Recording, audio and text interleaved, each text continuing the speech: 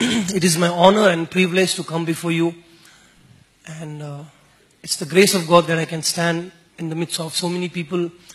I was a guy who was not even respected by one single auto rickshaw wala. When I used to sleep in auto rickshaw, they used to spit on me, say, get up, kick me, get out from this place. It is only the grace of God that I can stand in front of all of you and speak. Before I start my story, I want to ask a question. How many of you know your name? How many of you know your date of birth? How many of you know the place where you were born? How many of you know your father's or your mother's name? Well, you must be wondering, why am I asking such a simple question? Because I don't even know where I was born. I don't even know my father's name. I don't even know my mother's name. I don't even know my date of birth. Well, I am the only privileged guy, unique guy among all of you, who got a privilege to select my own date of birth. Well, the day I met you, Pastor, that was my birthday. And meeting you, spending time with you was my biggest birthday gift for this year. It's my honor. I don't remember everything about my childhood. All I could remember as a 3-year-old boy with 2 elder sisters and my mother with an alcoholic father who would drink, come home, beat my sister each and every day. And that was like regular life. One day my mother decided to run away. I don't know where she was taking us. So the moment my mother took us out, my father found us on the way. He was very angry and he began to beat my mother. And finally, he killed my mother. As a 3-year-old boy, I don't think anyone would be happy to see that. I still feel very pain when I share about this. 2 of my elder sisters got scared. One was like 9, another would have been around the age of 7. So both of them grabbed me and they brought me to Mumbai. The day I came to Mumbai, I lost both of my sisters in the crowd. That was the second shock or second incident that happened in my life. I was picked up by a lady constable and taken to a government home. From the age of 3 till the age of 7, I was in a different government home and I was transferred in 4 different places. And between the age of 3 and 7, I was brutally abused by the elder people. I was beaten up, I was sexually abused, and things that I cannot even describe.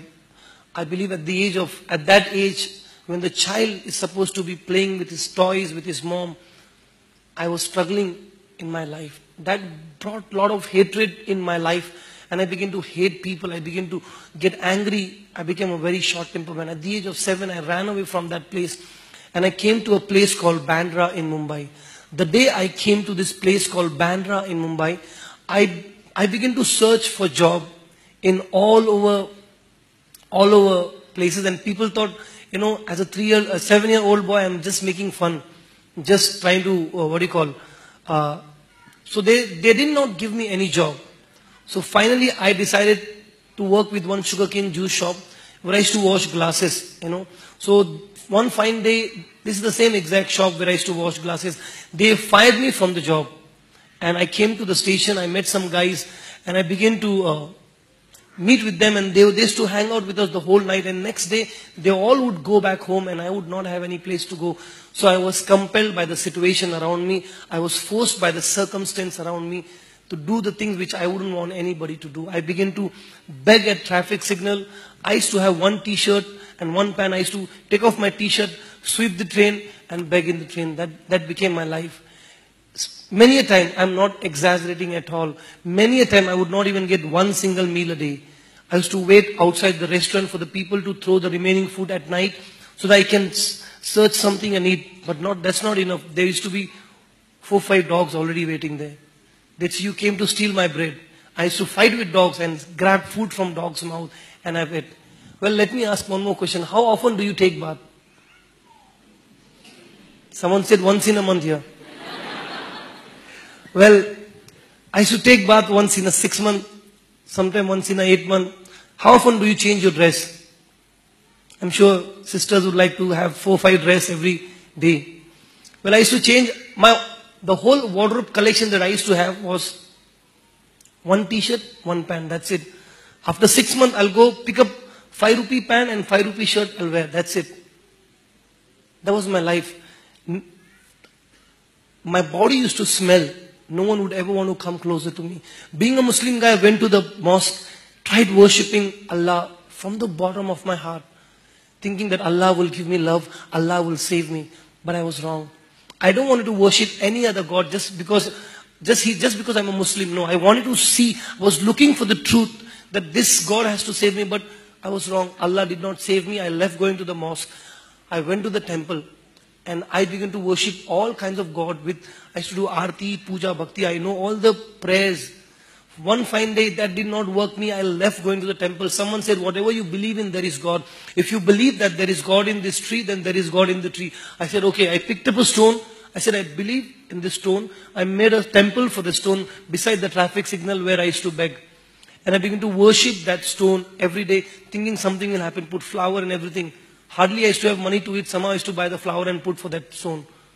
Nothing used to happen. One day I just kicked the temple. I said, there's no God. I was broken. I was hurt. Because the only hope, the only ummeed that I had in my life was God. Now I stand at a conclusion saying, there is no God. And I thought my life is gone. I was sleeping below a traffic lamp in the middle of the road. You know, the signal that I used to beg below a traffic lamp is the exact traffic signal that I used to beg. And this is the exact spot where I found Jesus, where I found God in my life. I was sleeping there. I just looked up in the sky. That night I said, God, I said, "Hey Khuda, agar tu sach mein hai zinda, mujhe yahan se bacha." I said, God, if you're really alive, save me from this place. That's it. Save me. And I did not call to any God. I believe if there was any real God, He would have answered my prayer. Hallelujah. Because Jesus is the only God who's true, who is living God. There was a man named Matthew K. Daniel who passed out from SABC, Southern Asia Bible College. He was passing through the train. He was sitting at the window. He saw me and Jesus Christ spoke to him and said, with an audible voice, he said, do you see that boy? I was begging at the railway platform. He said, do you see that boy? He said, he's my son. You go and help him. He doesn't have a family. You know, I believe it was my divine appointment with God. I believe for many of you all, today might be your divine appointment with God. I don't know what situation you might be in, but God will talk to you in a different way. So he came next day and he picked me up from that place. He took me to a place called Bombay Teen Challenge. I stayed in Bombay Teen Challenge for 1 year. I ran away. Again they got me back, again I ran away. Again they brought me back, again I ran away. Again they brought me back, again I ran away. 7 times. Change was impossible. Always I used to steal money from all the staff. Staff's pocket is gone. All the toiletry cupboard is broken. All the shampoo bottle, oil bottle, everything is gone. My name was like spoiled. Always I'm in punishment. No one ever thought that this guy will change. Change is okay if this guy will become a preacher. No one ever thought. But 7 times when I ran away, I got involved in a lot of stealing, robbing, breaking the house, breaking the locks. And I used to earn a lot of money. You know, many of you work the whole month and you get your salary. I had only 1 hour shift in the morning. That's it. Sometime I'm interested, I'll do double shift, 1 more in the evening. You know, a lot of money started coming in. I became a professional pickpocketer. It was very easy. I remember in SABC, Mark Daniel, he told me, Syed, you should try pickpocketing me. I said, Uncle, no. He said, try. So I just pickpocketed the bundle of dollars. He was leaving for airport. I pickpocketed all the dollars from his pocket. When I went to drop him in his car, I said, Uncle, 1 second, take this. He said, oh my goodness, when did you do that? And he gave me 4,000 or 5,000 rupees offering. And next time, whenever he was introducing me to people, he said, this guy is a professional pickpocketer. I have seen with my own, I've witnessed him. So everyone check your wallet before you go out. I'm just checking. I'm a new creation now. Well, amen.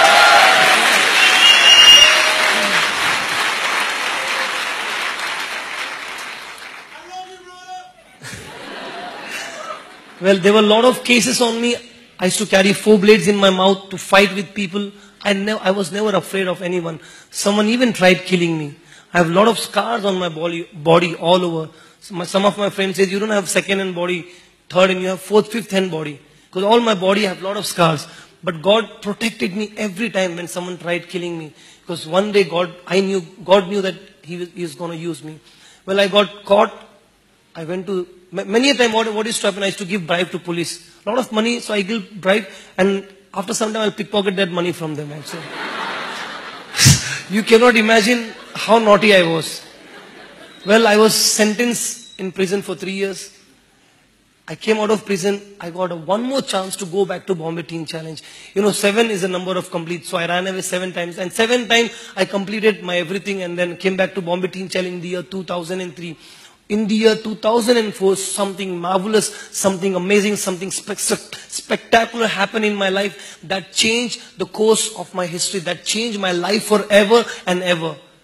The greatest miracle on this earth took place in my life, the miracle of transformation. I gave my life to Christ. I received Jesus as my personal Savior in the year 2004. That just changed my life forever. 2004, I gave my life to Christ. How many of you can understand my English? If you can understand my English, say hallelujah. Hallelujah. If you're happy, say hallelujah. Hallelujah. If you're sleeping, say hallelujah. Well, 2004, I gave my life to Christ. 2005, well, I've never studied in any English medium school. Never, never, ever. First, second, third, fourth, fifth, sixth, seventh, eighth, ninth, never. My English was very funny. If I want water, I say, excuse me, brother, water come please. Excuse me, brother, salt come please. Went to a teacher, say, what is the meaning of nature? She said, what? She didn't find the meaning. She said, get out of my class, teacher. She said, what is the spelling of nature? I said, N-A-T-U-R-E. That's nature. Teacher said, get out of my class. Teacher, I said, teacher, please forgive me. It is the question of my future. That's future. Well, God really taught me how to read. I learned to read English.